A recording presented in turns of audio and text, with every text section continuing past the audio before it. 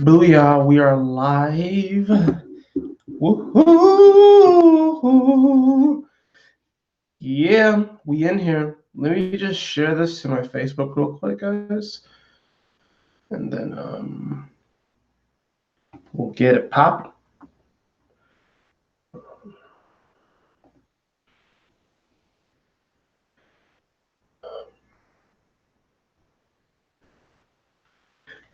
Yeah, this is going to be a very important live. I really felt the need to go live for this.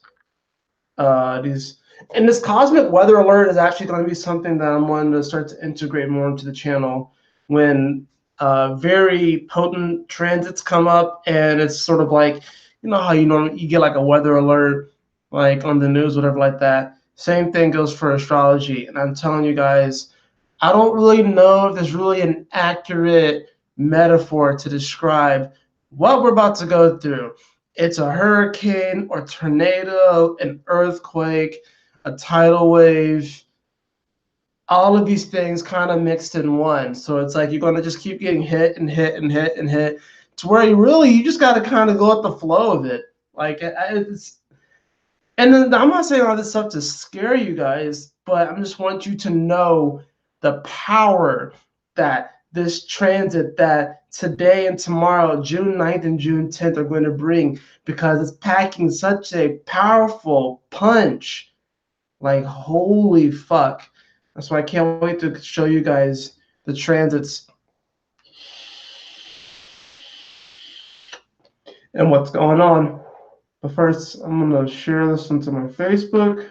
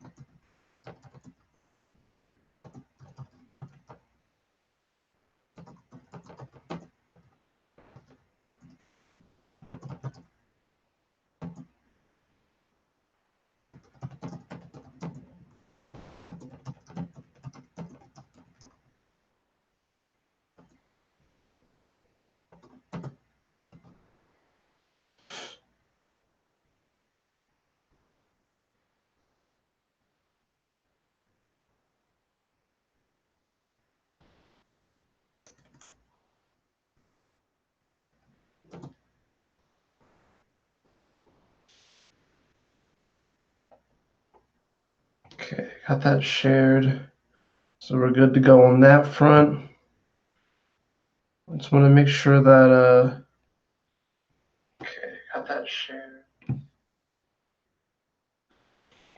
I don't know if I'm going to catch anybody live, but we can hang out for a little bit. But, you know, the moon is in Virgo right now.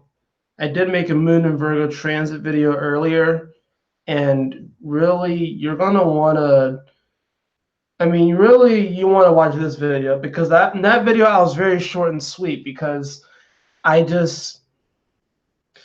wanted to talk about it more in this particular video. Now, I haven't seen too many people talk about this energy.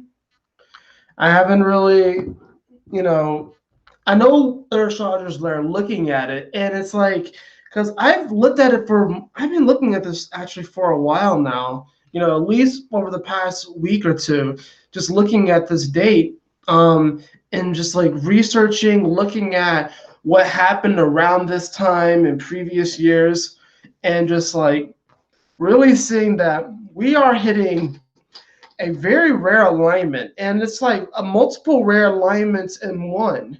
It's really crazy, and I'll show you guys in the chart, but just to let you all know, essentially what we have going on here for today and tomorrow, we have going on, what's going to be activated is that we have a grand mutable cross. So we have four energies and mutable signs. We have a grand mutable cross. We have a mystic rectangle that's beginning to form. It's slight, but we have a mystic rectangle that's beginning to form. And honestly, powered by that mutable grand cross. And then we have like these other quincunxing energies and some oppositions. There's a lot of stuff going on with this. There's a lot of energy that we're exposed to today and going into tomorrow. By the time the moon hits Libra, we really are going to be stepping into the new relationship with ourselves, the new relationship that we will have subsequently with other people in our world, the new relationship that we'll have with spirit. When this moon steps into Libra, you are going to feel this.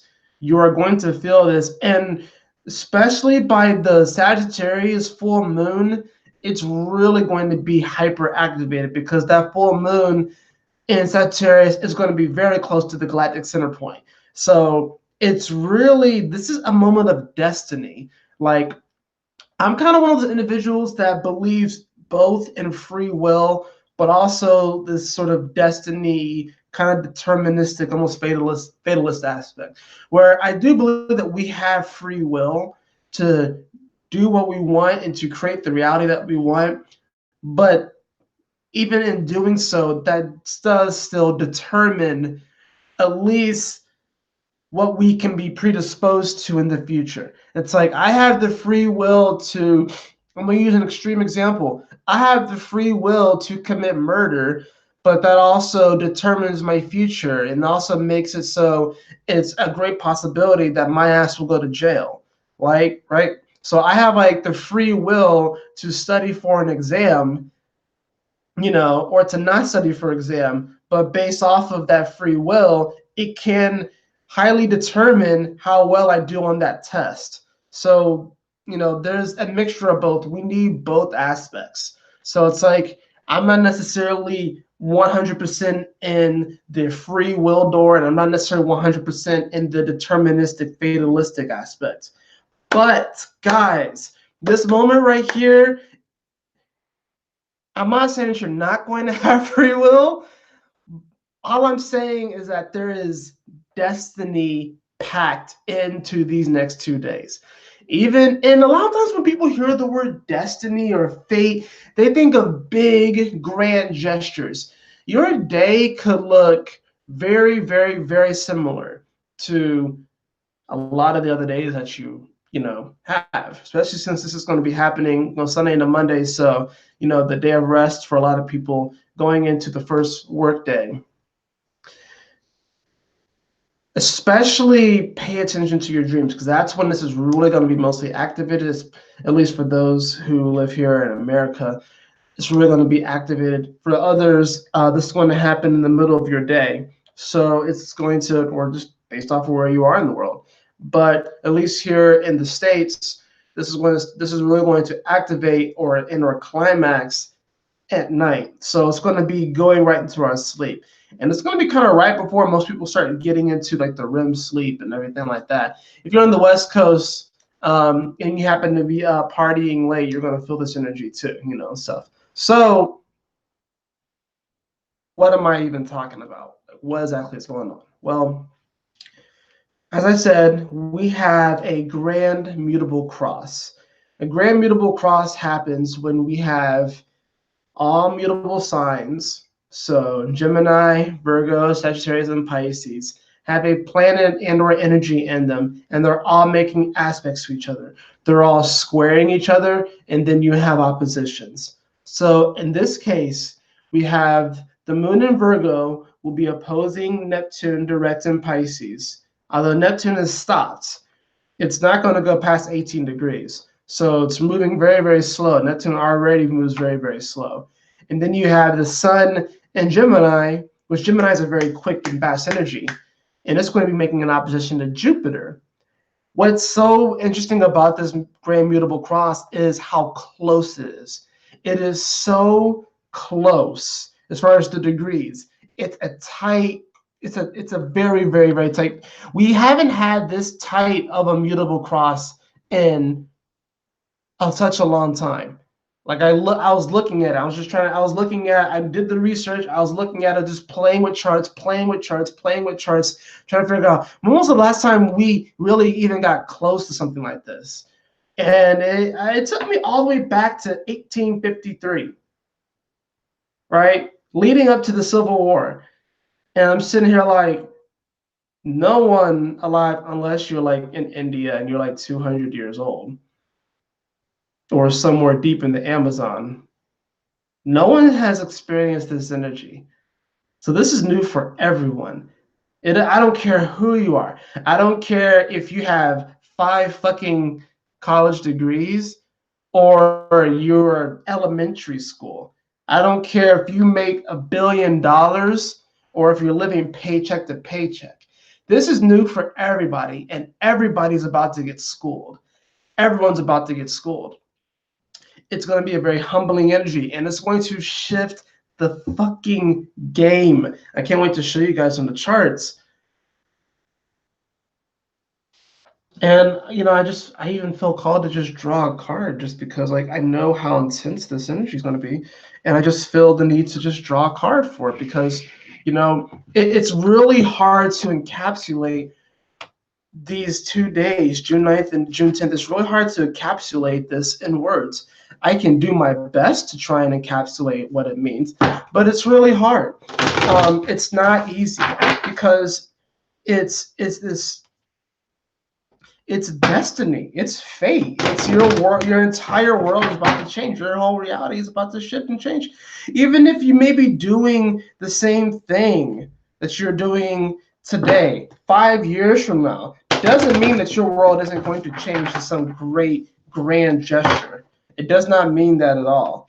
A lot of this is going to be a mental shift. A lot of this is going to be a shift in our mental capacity. A lot of this is going to be a shift in our beliefs. A lot of this is going to be a shift in our day-to-day reality.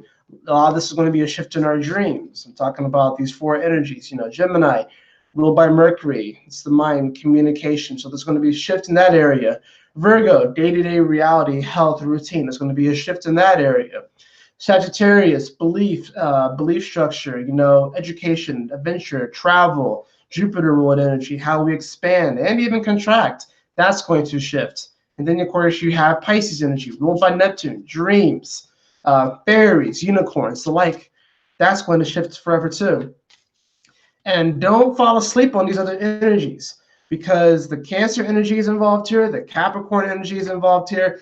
There's a lot of stuff that's happening. And really what's happening, I feel, is that I'm going to use a lot of metaphors in this because I really don't know any other way how to describe it. But it's almost going to be like we're opening up an envelope. That's the mystic rectangle. We're opening up an envelope from source, God, your angels, your ancestors, whatever it is that you really connect with, that brings you to a higher vibration.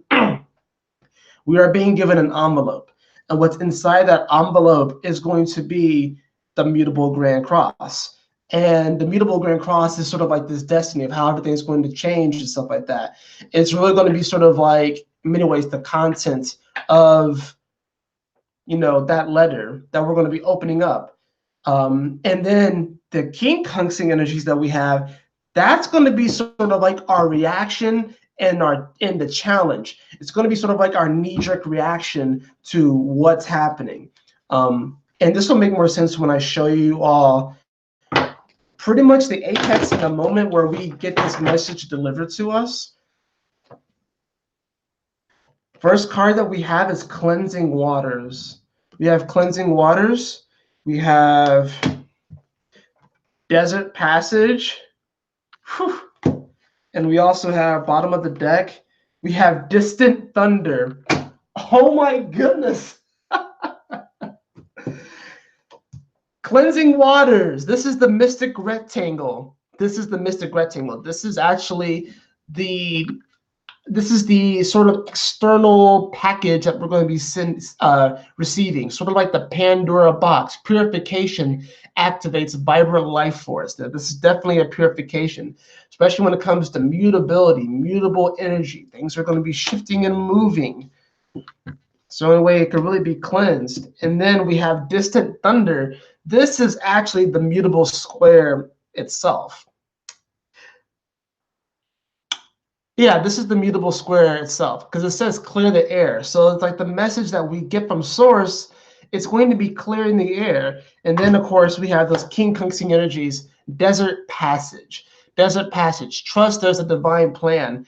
Yeah, that's going to be the major challenge of this day. We have to really trust that even though there may be some crazy things off in the distance, that we can feel that we're shifting and moving into a new world. And even though we may be walking into territories that may seem arid, that may seem like they lack abundance and prosperity, that there's nothing there, that nothing can really grow there, how can anything live here in these conditions? We have to trust that there is a divine plan. Trust that there is a divine plan.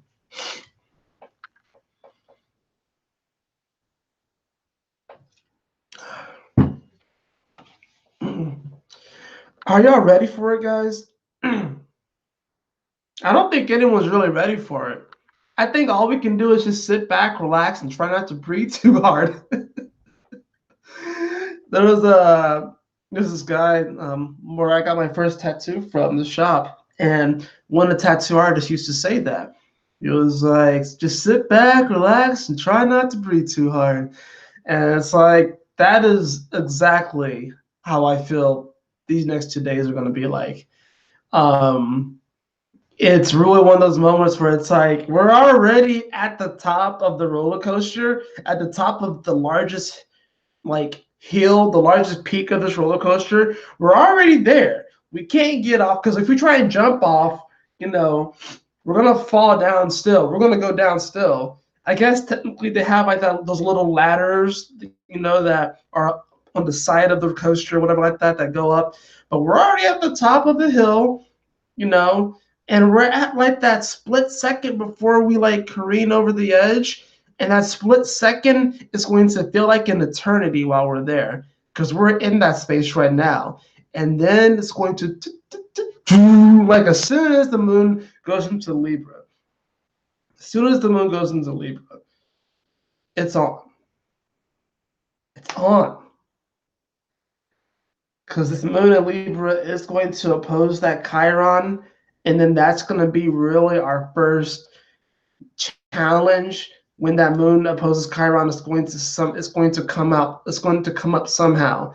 And then of course the moon is going to be squaring the Capricorn and the Cancer energy. So even more so, it's going to really activate this destiny that we all are entrenched in.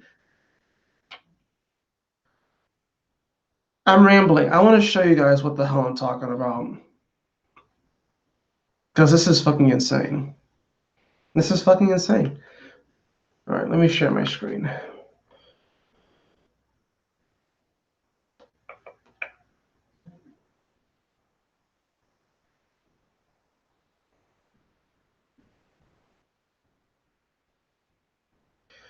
Okay, so this is the current moment. This is 3:55 p.m. Eastern Standard Time. And as you can see, we do have the sun over here in Gemini, making a square almost exact. Look how, the square was actually exact 23 minutes ago. So we have the sun at 18 degrees Gemini, 42 solar minutes, making a square over to Neptune in Pisces at 18 degrees, 41 solar minutes. So it's pretty much exact. It just happened like not that long ago, like at all. So we have the sun squaring Neptune today. And we also can see that, with Jupiter here at 19 degrees of Sagittarius, the sun will actually be opposing Jupiter very soon. And Neptune is squaring this Jupiter energy as well. Now look what we have over here. We have Virgo, and the final of these mutable signs at 13 degrees.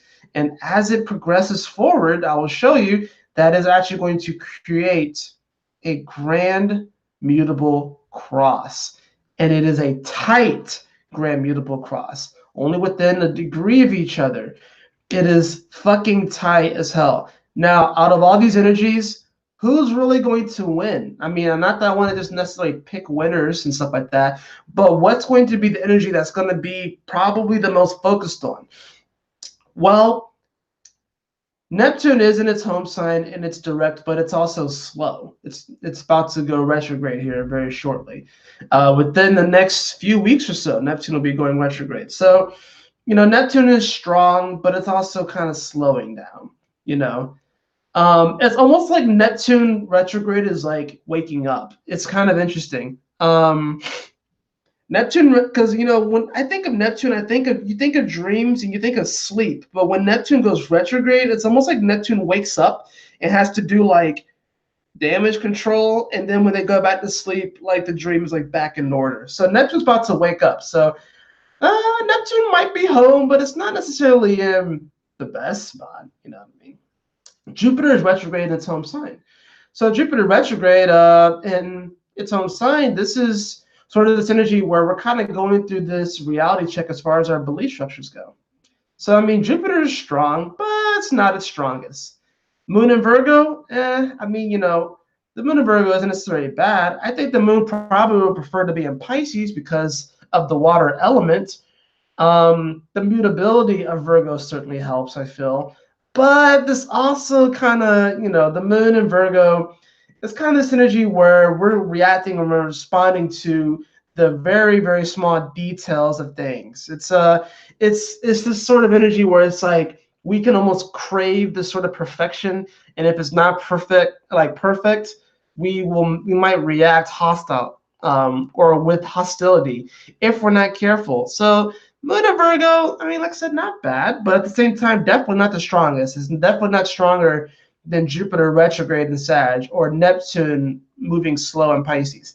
Then you got the Sun over here in Gemini. Sun in Gemini. The Sun and Mercury are best friends, and Gemini is ruled by Mercury. So this is kind of interesting. This is we're getting a lot of we're getting a lot of hints from source right now. Our minds are moving very, very, very, very, very, very, very, very quick. And it might be sort of energy where it's like you might not want to really pay attention to all your thoughts because a lot of your thoughts are probably, quite frankly, out of this world, especially with this square. But out of all these mutable energies, the Sun is accompanied by Venus. And while Venus just moved here, while Venus just moved into Gemini, the Sun is at least accompanied by Venus. So honestly, as far as this mutable square energy goes, this Gemini energy is going to be very important. So you want to look to see where Gemini is in your chart. This is mutable air. So you know how you hear the whole thing about thoughts create your reality? And that very much so is true. Thoughts do create your reality. But just because you have a thought that you may not necessarily like doesn't mean that it will necessarily manifest in that capacity, because it has to go through all of these other energies first, especially the air energies. So say you have a thought, mutable air. Well, it has to go through this Cancer energy, this Leo energy, and this Virgo energy. Then it comes to this Libra energy, cardinal air. Okay, what are you going to do about your thoughts? All right, then what do you do about your thoughts? Oh, then you get to Scorpio energy, the Sag energy, then the Cap energy. And then it's not really until you get to Aquarius till you actually really manifest your thoughts, because this is fixed there. But even after fixed there, you get mutable water. So you still have to, well, how do you feel about what you manifested? How do you feel about how your thoughts manifested? So this is like almost, this is sort of like, I'm going to give you guys sort of like a trick to where it's like, you know, if you really believe this whole idea that your thoughts create your reality, your thoughts do create your reality, but it's not as simple as, I think that there's an elephant in the room, so there's going to be an elephant in this room immediately. You know, that's not really how it fucking works. If it worked like that, we would all go insane. Like, we would all go fucking insane, because we'll be manifesting physically so many things. There's a buffer time. There's a buffer zone. In fact, you have to even go through the planet of karma. You have to go through time with Capricorn to even get to the Aquarius energy. But considering this mutable square energy, this Gemini energy is going to be powerful. So it's going to be important for you to see where Gemini is in your houses, what you really think about your surroundings, what you really think about yourself in your mirrors, in your reflections. And with Venus here, Venus is wanting to bring beauty to your reflections. Venus is wanting to bring beauty to your surroundings. Venus is wanting to bring beauty to your thought processes. So it's going to be really important for this major cosmic shift that we're going to be experiencing with this grand mutable cross, as well as the mystic rectangle that's going to start to form, which is already technically starting to form. And then with these quincunxes energies, it's going to be very pertinent to really know where this Gemini energy lies for you all. So yes, we have Spells Inc. and Ang Wu Tang in the up in the house. How are y'all doing? Thank you so much for joining. But I want to progress this forward so you guys can see what the fuck I'm talking about. So, as you can see, as you move the moon forward, you can start to see that it's starting to activate this mystic rectangle. A mystic rectangle happens when you have two trines and two sextiles. What's cool about it, and then of course you have the oppositions. What's cool about it is that it looks kind of like an envelope. Do you see it right here? You have the rectangle right here, and then you kind of have this envelope. And what's interesting about this envelope is that the message is really going to be along this axis right here, this whole Sagittarius Gemini aspect. And you remember that distant thunder that I was talking about? That distant thunder is the fact that the north node and the south node will be going into Sagittarius and Gemini respectively. So that's exactly what this is talking about. But you can see this mystic rectangle is starting to form here. While with the moon sextiling Mars, sextiling the north node, but also trining over here to the south node, trining over here to Capricorn and to Pluto, while Neptune is sextiling that energy, and while Neptune is trining this Cancer energy. This is an envelope. We are being given a message. And then as you continue to move this forward, and as the moon comes closer and closer to its opposition with Neptune, we get the grand mutable cross, 18, 18, 19, 19. Even by the time that the moon reaches 19, you see how tight this is? This is within a degree of each other, and this is fucking insane.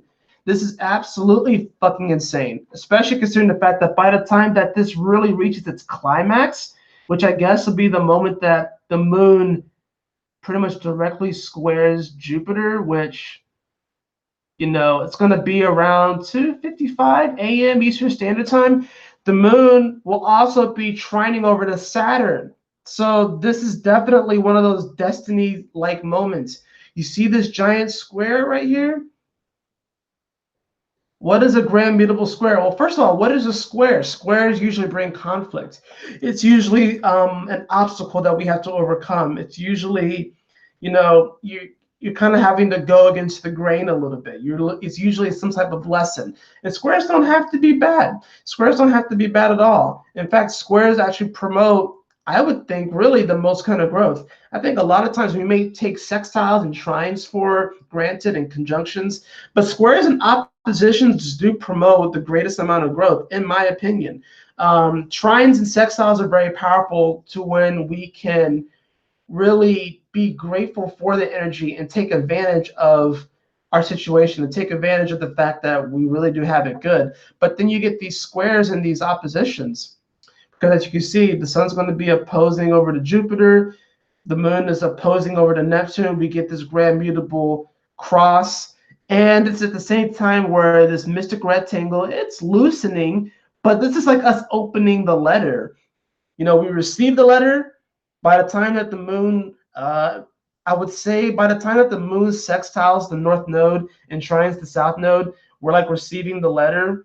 And then we're going to start to like open it. By the time that the moon reaches this spot, we're opening the letter. And here's an interesting thing about this too. We have the grand mutable cross, the big square. We have the mystic rectangle. But look at this. We have these quincunxing energies. We have the sun, which is going to quincunx Saturn. And then we have Jupiter, which is quincunxing all this energy over here as well. While this one's more exact. But what this reminds me of is I don't know really how to describe it, but it was if I had like a shoelace or something like that, I can show you what I'm talking about. But do you ever remember when you used to play this game where you would like put string in your hand, and if you moved it a certain way and you asked someone to put their hand through the hole, and then you moved it and then you did it again and they put their hand through the second hole and then their hand is supposed to come free? That's kind of what this energy is. It's almost going to be like, especially since this is Virgo energy.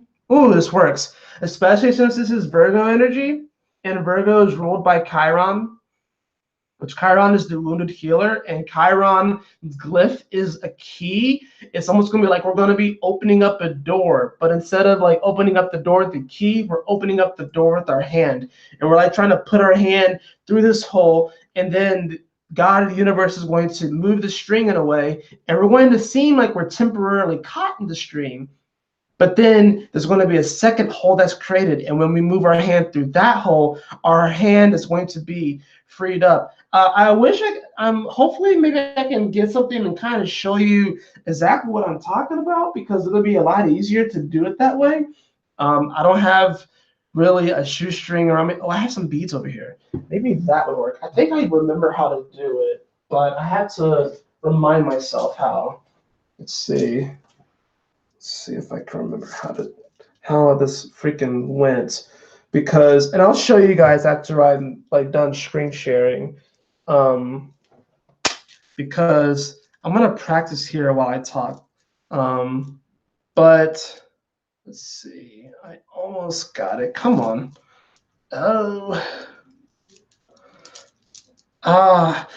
Well, anyways, it'll still be time to make a PowerPoint, right? But anyways, this grand mutable cross is very tight. This hasn't happened for a while. These grand mutable crosses, at least being this close, because you have to consider Jupiter's in its home sign and Neptune's in its home sign. Okay? This would not have even been possible. Like the last time that this could have been possible was the last time that Neptune was even in Pisces. Because let's just go back a year. If you go back a year, Jupiter was over here in Scorpio. So it couldn't have even happened while the sun was in Gemini. It couldn't have happened here. You know, and if you go back even further to try and see if you can catch Jupiter up, nope, see, now Neptune's over here in Aquarius. So it couldn't have happened. This is the only time it really could have happened. June 13th, 1853. This is the closest we ever got to this energy. And that was back, like I said, in 1853. 1853. This is the closest we got to this energy. 13, 13, 19, but the sun's at 22. Yeah, we have the north node here, and the south node was on Jupiter. But this was the closest we got to that mutable square energy. The last time that Neptune was in its home sign and Jupiter was in its home sign. This was the closest we got to it, guys. And it's not even that tight. These are within 6 degrees of each other. And then the sun is at 22 degrees. Yeah, we have the nodes here, but and Mercury's here as well. But it's not as close. It's not as tight. I'm not going to say it's not as potent. It's a different kind of potency. You know, Chiron was over here in Capricorn. We had this stellium over here in Taurus, not Taurus. I almost said Tauros, like the Pokemon Tauros. But you know, what's different is that Venus, instead of having just entered into Gemini, Venus had just entered into Cancer, which back then was activating more empathy and compassion. Even though it didn't really seem like it, because this was right when we were about to go into a world war. I mean, not world war, but the Civil War. Historical events in 1853. January 6th, Franklin Pierce, the president-elect of the United States at the time, and his family are involved in a train wreck in Massachusetts. Franklin Pierce is considered to be, by a lot of presidential scholars, to be one of the worst presidents. I kind of give him a little bit of slack, only because this dude went through some trauma. He lost all of his kids. He lost his last kid in this particular train accident. He was pretty much an alcoholic. He was depressed a good portion of his life. And when he was president, it was essentially Congress that ran shit. He was kind of just really he was really definitely more of a figurehead, and he didn't really enact a lot of what he really wanted to do. He kind of let Congress just do their own thing.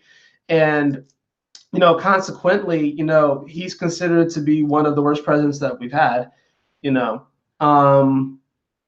But what's interesting here, let's see what else. There's other couple things. Anti-slavery newspaper, the Provincial Freeman, first published in Windsor, Ontario. So we have stuff like that going on. Let's see. We have a National Black Convention with Frederick Douglass. You know, there was another one here. It's the Gadsden Purchase. Where is it? Where I thought I was going to do like a bigger thing, because that was another thing that happened, was the Gadsden Purchase around this time, which is actually perfect for Moon and Virgo, because since Virgo rules, its mutability and its Earth.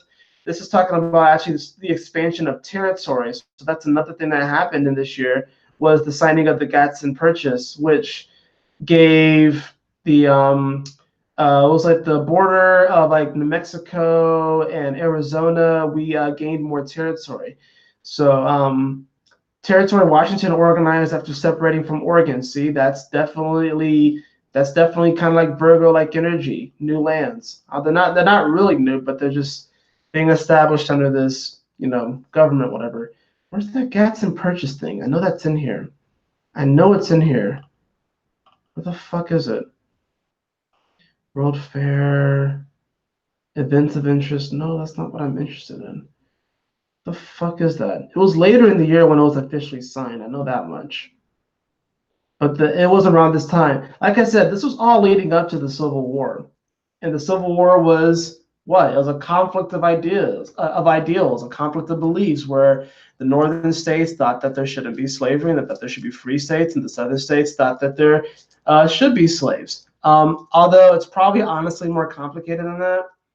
I even was like researching more into it, and I was researching into Franklin Pierce. Like I said, this dude, he had a tough presidency. He lost all of his kids, and like I think he lost I think it was his first wife. Don't quote me on this, but I think he lost his first wife during the childbirth. But he lost all of his kids, and then he ended up being pretty much a drunk for most of his life. And there was a moment where he even stopped being drunk and became a farmer. And then he went back to drinking, and he died of cirrhosis of the liver.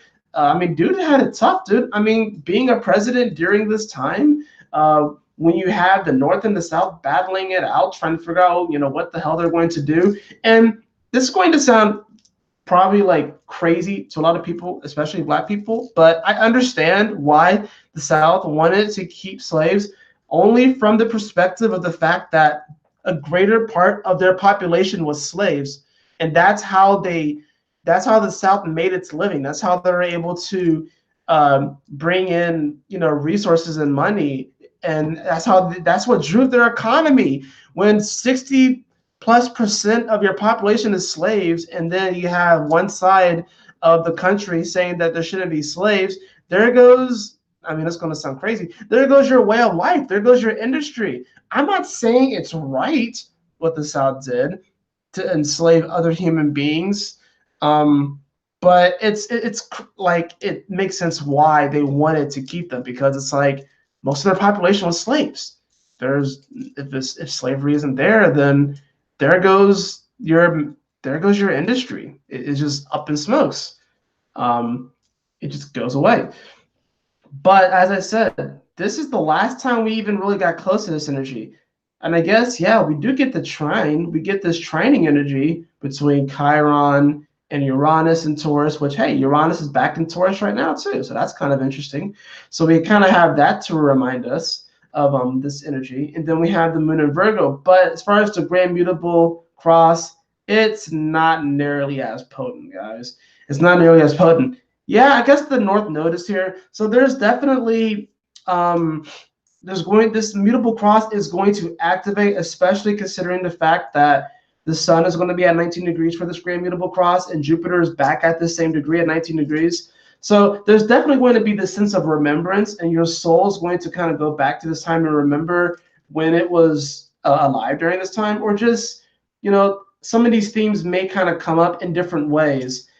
But especially since the nodes are involved here, there's definitely this sense of destiny and past life stuff. But the North Node was on Gemini, and the South Node was in Sag. So if anything past life comes up for this Grand Mutable Cross, it has to do with your belief. It has to do with, the journey. Sagittarius is the journey. It's the Fool on the Great Journey. You know, the Fool. You know, the first card of the tarot. It can be in many ways be seen as Aries because it's the first sign, but in many ways it can be seen as Gemini because Gemini is this very curious energy, wants to go out into the world and explore. But with the South, but with at least during this time in 1853, with the South Node being on Jupiter, there was this whole conflict of ideals and beliefs and what is good, what is wrong, what is moral, what is immoral, what is good, what is bad. And I felt like a lot of that stuff, at least subconsciously, is going to start to come up like today and into tomorrow. But what we have, fortunately, I say fortunately, what we have is the fact that we have the nodes in Cancer and Capricorn instead. So this isn't really a conflict of ideals. This is really a conflict of, you know, how do we feel about the progression of humanity? Because Capricorn can in many ways be seen as that sort of progression of humanity as far as like what we've been able to physically manifest and our technological advancements and stuff. How do we feel about what we have physically, you know, manifested up into this point? Where is there potential lack of empathy? Where is there potential lack of compassion? We got to remember Mercury is over here in Cancer too. So Mercury is also it's about establishing more comforting thoughts, more thoughts that, you know, are forgiving, more thoughts that of this compassion that we have for ourselves, and that we don't necessarily have to be too hard on ourselves, and that we can heal, that we can purify, that we can cleanse, that we can move forward. But guys, like I'm talking right now, but my words aren't doing enough to describe this intensity. It's not. And it's not going to, and that's okay. The only energies that aren't really involved with this, Venus is involved simply because it's with Gemini. Mercury's involved, even though it's not really making an aspect to anything, it's involved because of this Cancer energy, you know. The only two energies that aren't really involved is Uranus and Chiron.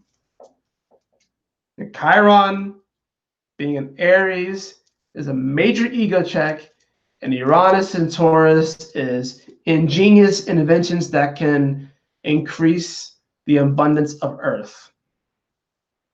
Everything else is kind of mixed up into this energy. Everything else is kind of mixed up into this energy.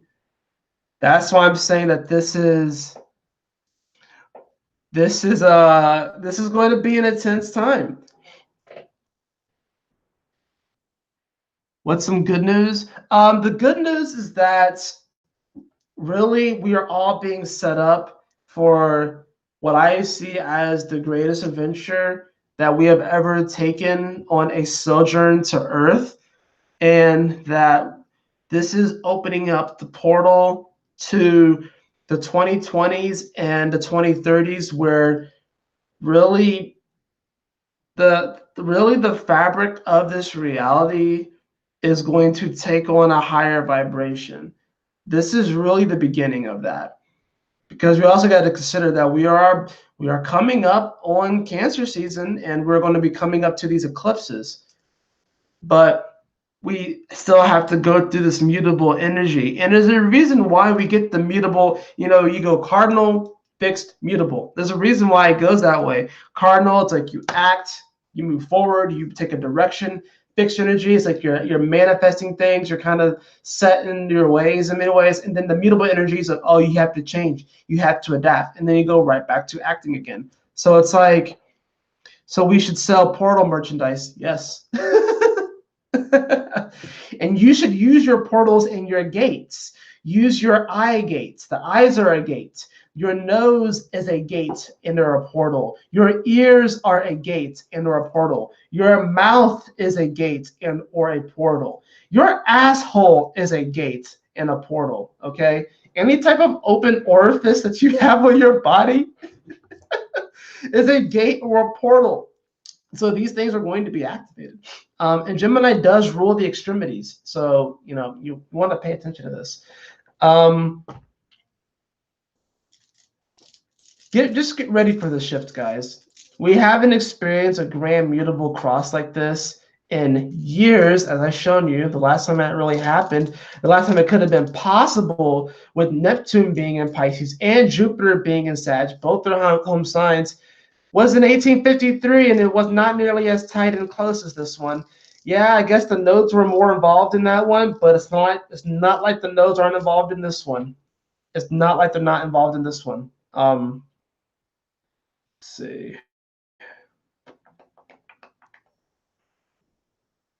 So that thing I was going to try and show you guys was like this thing with, I'm trying to figure out how exactly it works, but it's this thing where you like pull one through, and then it'd be easier with not with beads, that's for sure. It wouldn't be. This is not easy with beads, but it's this thing where you I'm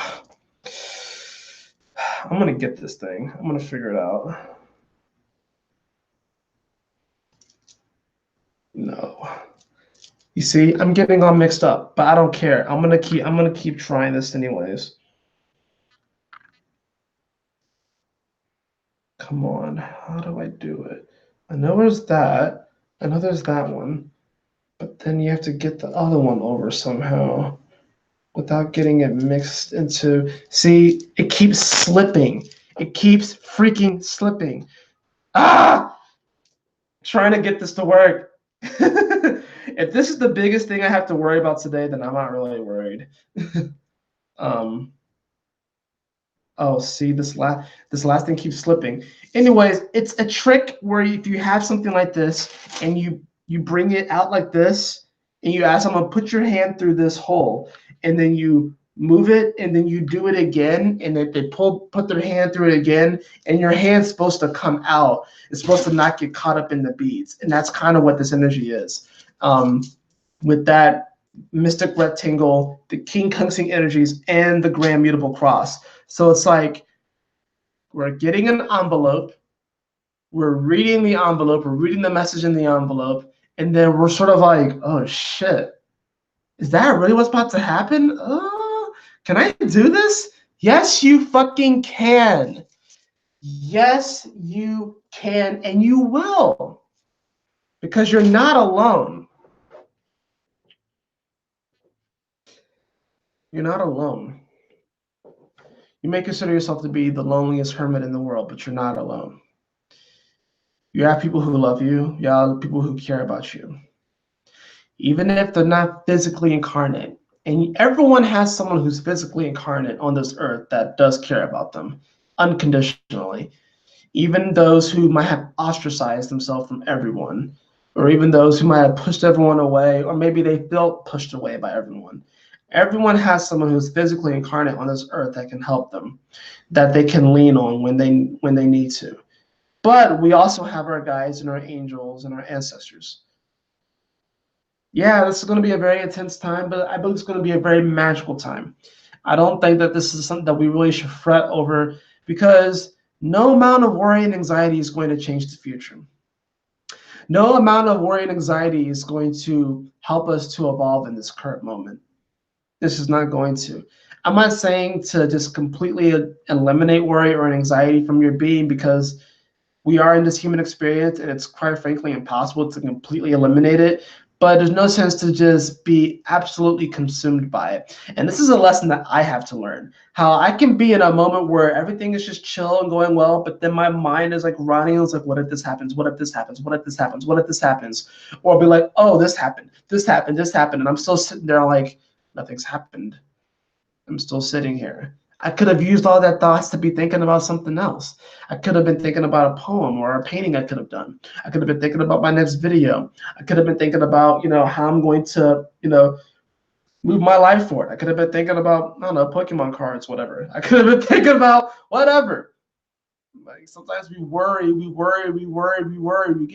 get messages from the universe, and we're like, can I do that? Am I powerful enough? Am I confident enough? Can I do that? And I think everyone goes through moments where they get this sort of ego check, or they have a lack of confidence. Everyone goes through that. Even the most confident people in the world do. And, it's okay to have to lean on somebody. It's okay to admit, I don't know what the fuck's going on. It's okay to admit, you know what? I don't really know what I'm doing. I don't really know what I'm doing. I'm just trusting my heart. I'm just trusting source. I'm just trusting God. I'm just trusting spirit. I don't really know what the hell I'm doing. I'm kind of guided by some feelings, by some smiles, by joy and laughter. I'm kind of guided by passion and the way this makes me feel. But ultimately, I don't know what the fuck's going on. I don't really know what I'm doing. So why is it that it seems like we look at some people in life and we like, you know, they get it. They get life. They get it. I don't necessarily think that they per se get life. I think they just kind of let go and been vulnerable. Instead of bracing and putting all your stress and energy into bracing for impact and bracing for the fall, just let your hands up and just ride. Just let your hands up and ride. Because that's all you really can do.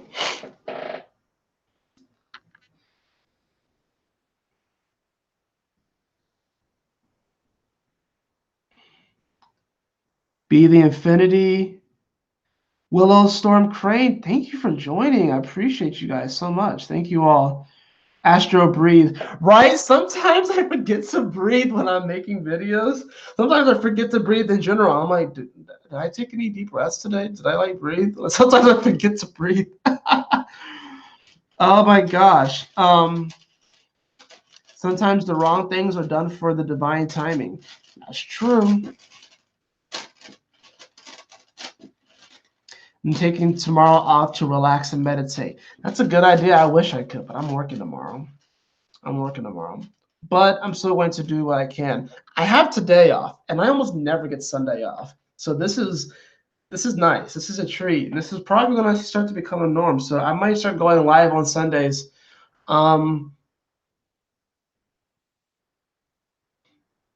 Yeah, my schedule is kind of shifting here in a bit. So it's like I want to bring some more things onto the channel, some more series onto the channel that are more stable, that are more consistent. Like I've been doing the moon videos.